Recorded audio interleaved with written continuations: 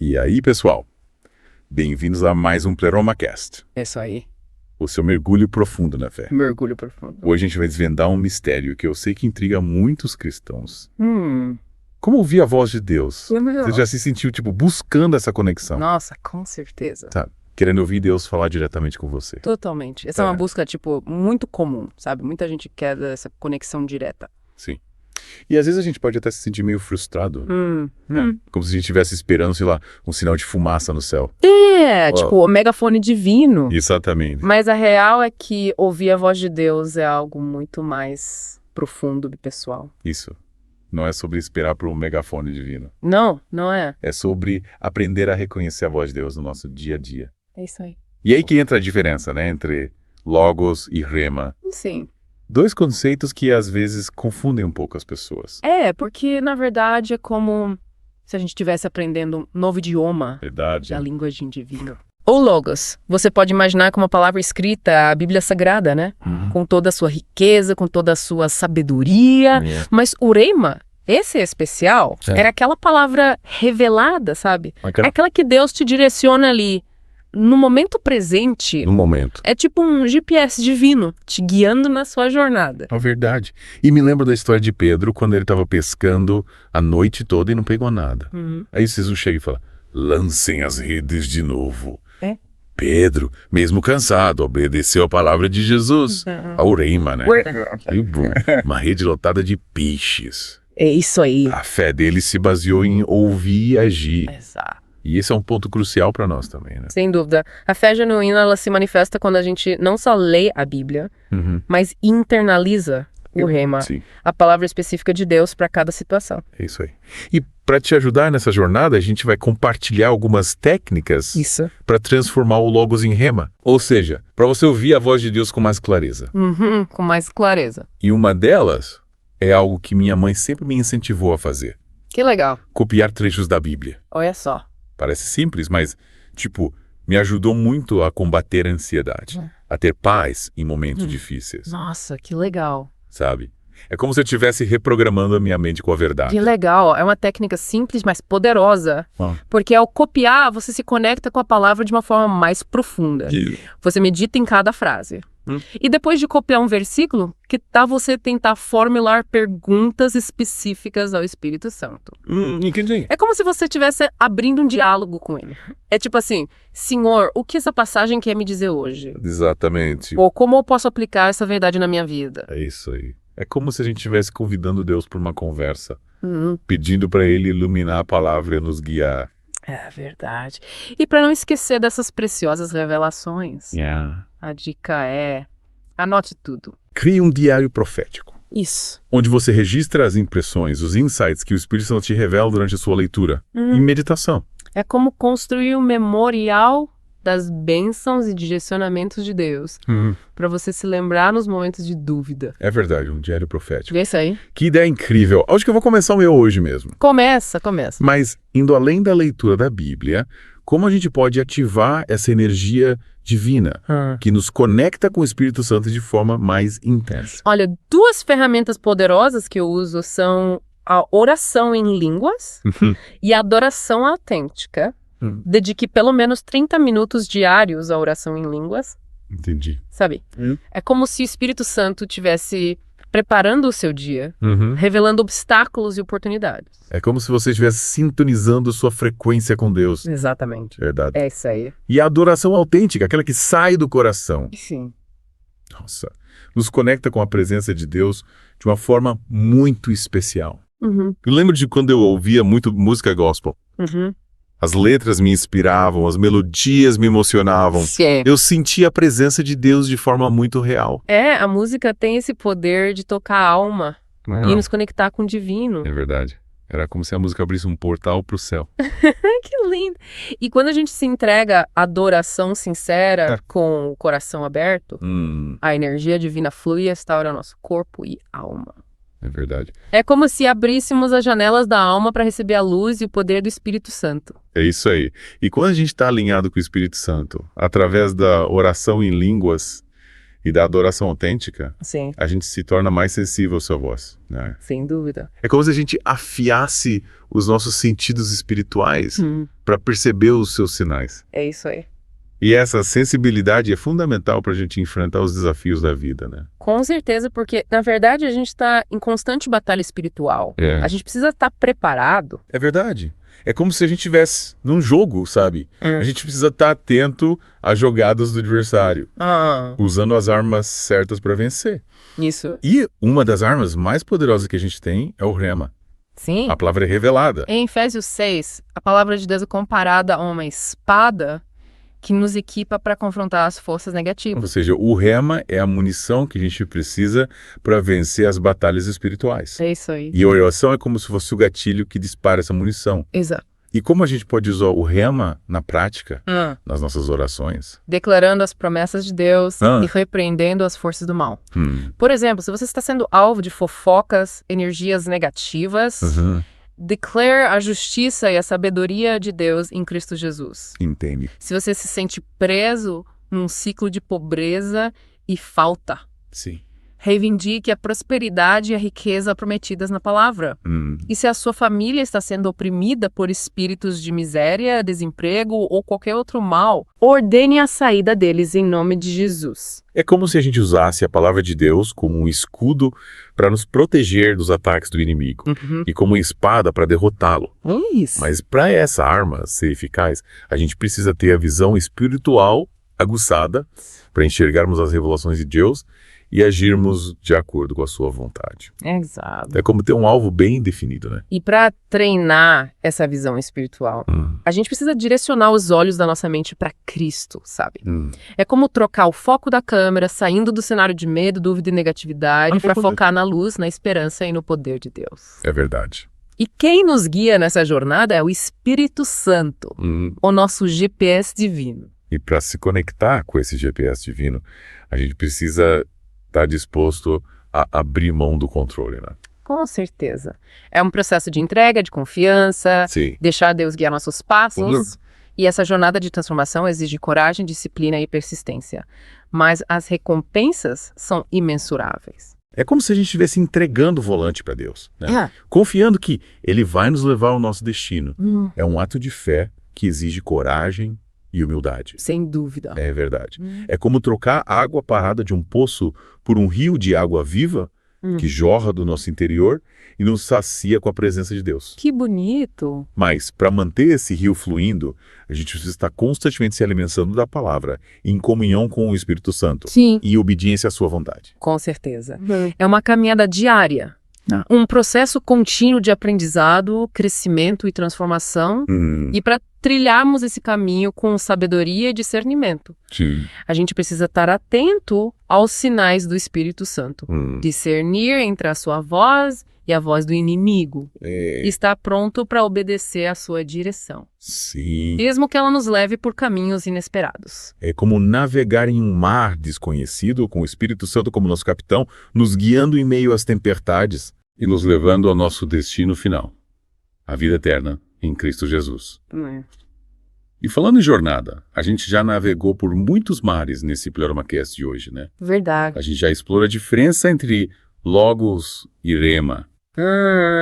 Aprendemos técnicas para ouvir a voz de Deus e até navegamos pelas águas da oração em línguas e da adoração autêntica. É isso aí. Ufa, que mergulho profundo. Mergulho profundo. Mas calma, ainda tem muito mais. Na próxima parte do nosso PleromaCast, a gente vai desvendar os segredos da armadura de Deus e como usá-la para vencer as batalhas espirituais. Isso aí. Você não vai perder, né? Não perca. Fique ligado porque a aventura continua. Continua. E aí, pessoal, voltamos para a segunda parte do nosso PleromaCast. É isso aí. O seu mergulho profundo na fé. Mergulho profundo. Na primeira parte, a gente desvendou a diferença entre Logos e Rema.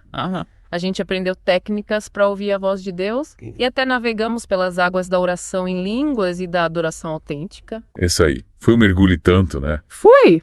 E agora a gente vai explorar um tema que é essencial para a nossa caminhada cristã. A armadura de Deus. É isso aí. Já parou para pensar que, como cristãos, a gente está em uma batalha espiritual constante? Com certeza. E o apóstolo Paulo, em Efésios 6, Ele nos alerta sobre essa realidade e nos equipa com uma armadura poderosa para a gente enfrentar os desafios da vida cristã. Olha só. Ele nos convida a vestir a armadura de Deus, para que a gente possa resistir às ciladas do diabo. Oh, vestir a armadura de Deus. Parece coisa de filme, né? É. Mas me explica melhor, o que significa isso na prática? É uma metáfora poderosa que mostra pra gente a importância da proteção espiritual. Sim. Paulo, ele detalha cada peça dessa armadura. O cinto da verdade, a couraça da justiça, as sandálias do evangelho da paz, o escudo da fé, o capacete da salvação. Nossa. E a espada do Espírito, que é a palavra de Deus. Caramba. É como se a gente estivesse preparando para uma batalha medieval, né? Com direito ao escudo, espada, capacete. É isso aí. Mas como que essas peças se aplicam à nossa vida diária? Boa pergunta. Me explica melhor a função de cada uma. O cinto da verdade, por exemplo, representa a importância da gente viver em integridade, com sinceridade e honestidade. A couraça da justiça protege nosso coração, nos guarda da culpa e da condenação, nos reveste da justiça de Cristo. Já as sandálias do Evangelho da Paz nos preparam para levar a mensagem do Evangelho, nos dão firmeza e estabilidade para a gente apanhar em paz, mesmo em meio às adversidades. E o escudo da fé, qual a função dele nessa batalha espiritual? O escudo da fé é a nossa defesa contra os dardos inflamados do maligno, as tentações, as dúvidas, os medos, as acusações. A fé em Deus e nas suas promessas nos protegem, nos blinda dos ataques do inimigo. É verdade? Quando a gente está firme na fé, a gente consegue apagar todos os dardos inflamados do maligno. Faz todo sentido. E o capacete da salvação, qual a função dele? O capacete da salvação protege a nossa mente, os nossos pensamentos. Nos guarda da confusão, da mentira, da incredulidade. A certeza da nossa salvação em Cristo nos dá segurança. Nos blinda dos ataques do inimigo, que tenta nos desviar da verdade. Nossa, que incrível. Cada peça dessa armadura é essencial para nossa proteção espiritual, né? Com certeza. E a espada do Espírito? Qual a função dela? Ela parece ser uma arma poderosa. Sim, a espada do Espírito, que é a palavra de Deus, é a nossa arma de ataque. Sim. É com ela que a gente combate as mentiras do inimigo. Declara a verdade e proclama a vitória de Cristo nas nossas vidas. E como que a gente pode usar essa espada com eficácia? Como a gente pode brandir a palavra de Deus na nossa batalha espiritual? Através da leitura, da meditação, da memorização, da confissão da palavra. Quando a gente conhece a palavra, a gente pode usá-la com poder e autoridade para repreender o inimigo. Certo. Declarar as promessas de Deus e profetizar a vitória nas nossas vidas. É como se a palavra de Deus fosse a munição da nossa espada, né? Exatamente. Quanto mais a gente conhece e se alimenta da palavra, Sim. mais afiada fica a nossa espada e mais eficaz vai ser o nosso ataque contra o inimigo. É isso aí. E para a gente usar essa armadura com sabedoria e eficácia, a gente precisa estar em constante comunhão com Deus. Sim. Buscando a sua direção em oração, meditando na sua palavra e obedecendo os seus mandamentos. E essa obediência não é um peso, né? Não. É um privilégio, porque nos coloca em sintonia com a vontade de Deus Isso. e nos conduz ao caminho da bênção e da vitória. Concordo. A obediência ela é uma demonstração de amor e confiança em Deus. Sim. Quando a gente obedece a Deus, a gente está dizendo que confia na sua sabedoria e nos seus planos para a nossa vida. E é nesse lugar de obediência que a gente experimenta a sua fidelidade, o seu poder e a sua graça. E para a gente aprofundar ainda mais esse tema da obediência, eu acho importante a gente conversar sobre algo que pode ser um grande obstáculo na nossa caminhada. Os ídolos.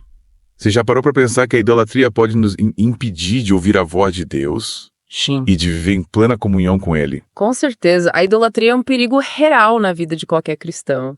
E os ídolos nem sempre são imagens de escultura. Como a gente vê em alguns filmes, os ídolos podem ser qualquer coisa que a gente coloca acima de Deus nos nossos corações. É verdade. O trabalho, o dinheiro, o sucesso, o relacionamento, a aparência física, o prazer, a aprovação dos outros. Nossa, é verdade. Às vezes a gente nem percebe que está colocando algo ou alguém no lugar de Deus, né? E como que a gente pode identificar esses ídolos nas nossas vidas? Boa pergunta. Como saber se a gente está sendo influenciado pela idolatria? Uma boa pergunta para se fazer é: o que ocupa a maior parte dos meus pensamentos, do meu tempo, da minha energia? Se a resposta não for Deus, é um sinal de alerta. Verdade. Outro ponto importante é observar os nossos sentimentos. Se a gente sente ansiedade, medo, insegurança, ciúmes, possessividade em relação a algo ou alguém, pode ser que a gente esteja diante de um ídolo. Esses sentimentos funcionam como um termômetro, né? Funcionam. Indicam que algo está fora do lugar. A gente está dando mais importância a algo ou alguém do que a Deus. Exato. E quais são as consequências da idolatria nas nossas vidas? A idolatria nos afasta de Deus, nos cega para a sua verdade, nos escraviza aos nossos próprios desejos e nos impede de experimentar a sua paz, o seu amor e a sua alegria. É como se a gente pode se libertar desses ídolos. Como que a gente pode voltar a colocar Deus no centro das nossas vidas? O primeiro passo é reconhecer os nossos ídolos, confessá-los a Deus e pedir para Ele nos libertar. É preciso ter humildade de reconhecer que a gente precisa de ajuda, que sozinhos a gente não consegue vencer essa batalha. É como se a gente estivesse entregando as armas para o inimigo e pedindo para Deus para nos dar novas armas, né? E como que a gente pode se proteger da idolatria? Como evitar que novos ídolos surjam nos nossos corações? A chave é manter nosso foco em Deus, buscar a sua presença diariamente, meditar na sua palavra e viver em obediência aos seus mandamentos. Quando a gente está conectado com Deus, Ele nos fortalece, nos guia e nos protege das ciladas do inimigo. É como se a gente estivesse construindo uma muralha ao redor do nosso coração, para proteger nosso relacionamento com Deus, né? Isso. E essa muralha é construída com tijolos de oração, meditação, obediência e comunhão com outros cristãos. Exatamente. A comunhão com outros cristãos é fundamental na nossa caminhada de fé. Nos fortalece, nos encoraja, nos ajuda a discernir os caminhos de Deus e nos impulsiona a viver em santidade. É verdade. A igreja, o corpo de Cristo, é o nosso exército, onde a gente luta junto contra as forças do mal. Sim. E celebra as vitórias que Deus nos concede. É verdade. Na união está a força. Com certeza. E para fortalecer ainda mais o nosso exército. Vamos falar sobre o poder da oração e da declaração profética. A oração é a nossa linha direta com Deus. Sim. Onde a gente pode conversar com Ele, compartilhar nossos anseios, pedir a sua direção, interceder pelos outros e agradecer por todas as suas bênçãos. E a declaração profética é a forma da gente liberar o poder da sua palavra nas nossas vidas e nas circunstâncias ao nosso redor. Exatamente. É como se a oração fosse o nosso celular. E a declaração profética, a mensagem que a gente envia para Deus, né? É isso aí. E como que a gente pode usar a declaração profética de forma eficaz? Me dá alguns exemplos práticos. Se você está enfrentando uma doença, declare a cura de Deus sobre o seu corpo. Se você está passando por dificuldades financeiras, declare a prosperidade e a abundância de Deus na sua vida. Se você está se sentindo desanimado e sem forças, declare a força e o poder do Espírito Santo sobre você. Ou seja, a declaração profética é como se fosse um decreto que a gente faz, com base na palavra de Deus, para que a sua vontade se manifeste nas nossas vidas. Exatamente. E essa declaração precisa ser feita com fé, convicção e autoridade, né? Com certeza. A fé é o ingrediente fundamental na oração e na declaração profética. Sem fé é impossível agradar a Deus. Sim. E a fé se manifesta quando a gente crê na palavra de Deus e age de acordo com ela. É como se a fé fosse a energia que impulsiona a nossa oração e a nossa declaração profética, né? Sem fé elas ficam paradas, sem força, sem efeito. Exato. E para a gente fortalecer a nossa fé, a gente precisa se alimentar da palavra de Deus. Meditar nas Escrituras.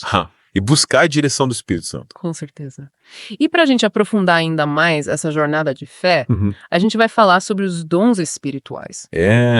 Você já parou para pensar que Deus nos concede dons especiais para a gente servir ao próximo, edificar a igreja e expandir o reino de Deus aqui na Terra? Sem dúvida. É como se Deus tivesse nos dado superpoderes para a gente usar na sua obra. Quais são esses dons? Como que a gente identifica eles nas nossas vidas? Em 1 Coríntios 12, Paulo lista alguns dons. A palavra da sabedoria, a palavra do conhecimento, a fé, os dons de curar, a operação de milagres, a profecia, o discernimento de espíritos, a variedade de línguas e a interpretação de línguas. Nossa, os dons. São Parece que tem um superpoder para cada um, né? E como que a gente descobre qual é o nosso? A melhor forma da gente descobrir nossos dons é se envolvendo na obra de Deus, servindo ao próximo, buscando a direção do Espírito Santo e observando as áreas em que você se destaca, Certo. em que você se sente mais realizado e motivado. É como se a gente estivesse experimentando diferentes instrumentos musicais para descobrir qual a gente toca melhor, né? É isso aí. E qual a importância da gente desenvolver os nossos dons? Qual o impacto disso na nossa vida e na vida das pessoas ao nosso redor?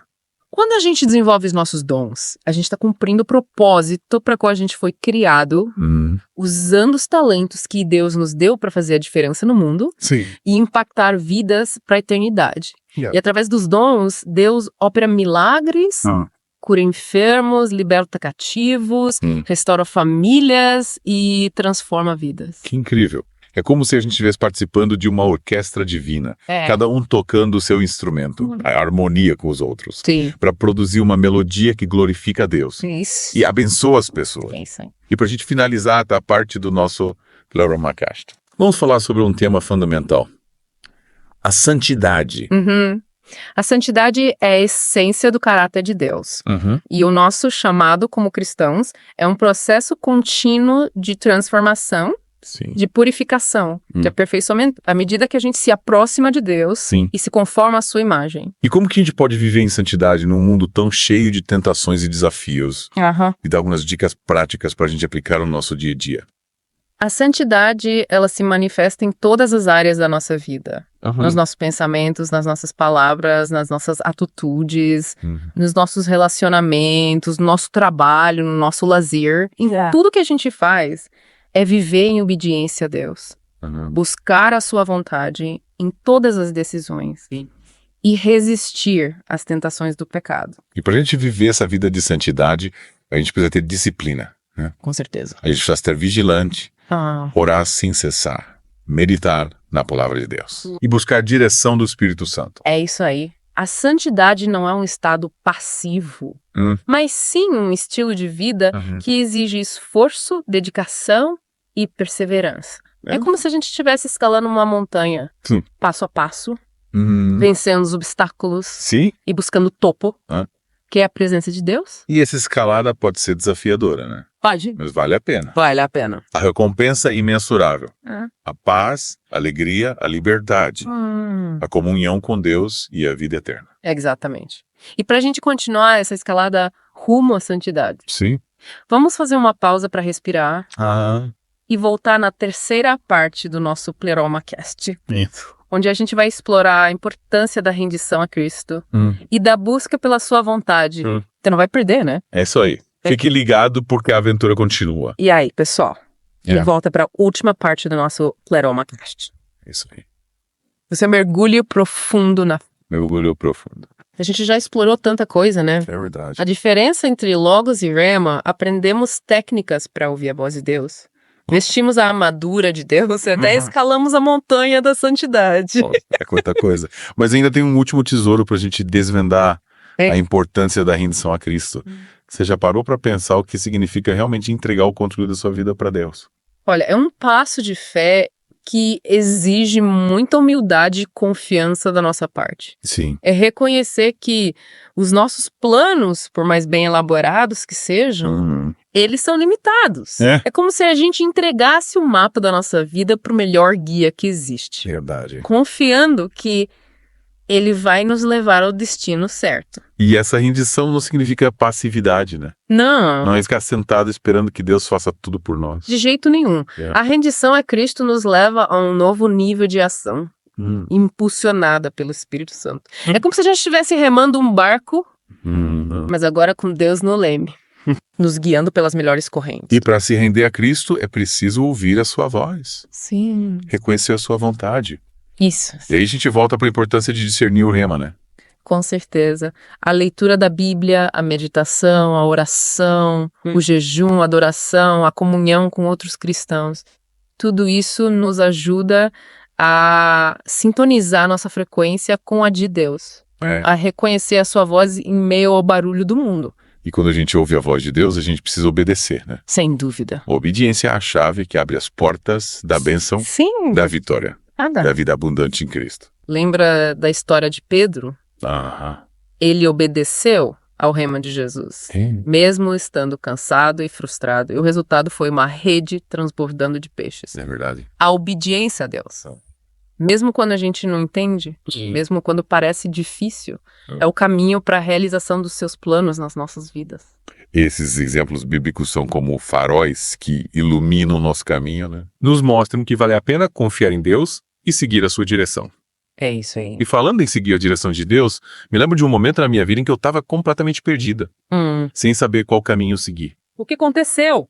Como você encontrou a direção de Deus? Eu estava em um momento de transição na minha carreira e me sentia paralisada por dúvidas e medos. Entendi. Tinha várias opções, mas nenhuma me parecia clara. Sim. Foi então que eu decidi buscar a Deus em oração, pedindo a Ele que me mostrasse o caminho. E o que aconteceu?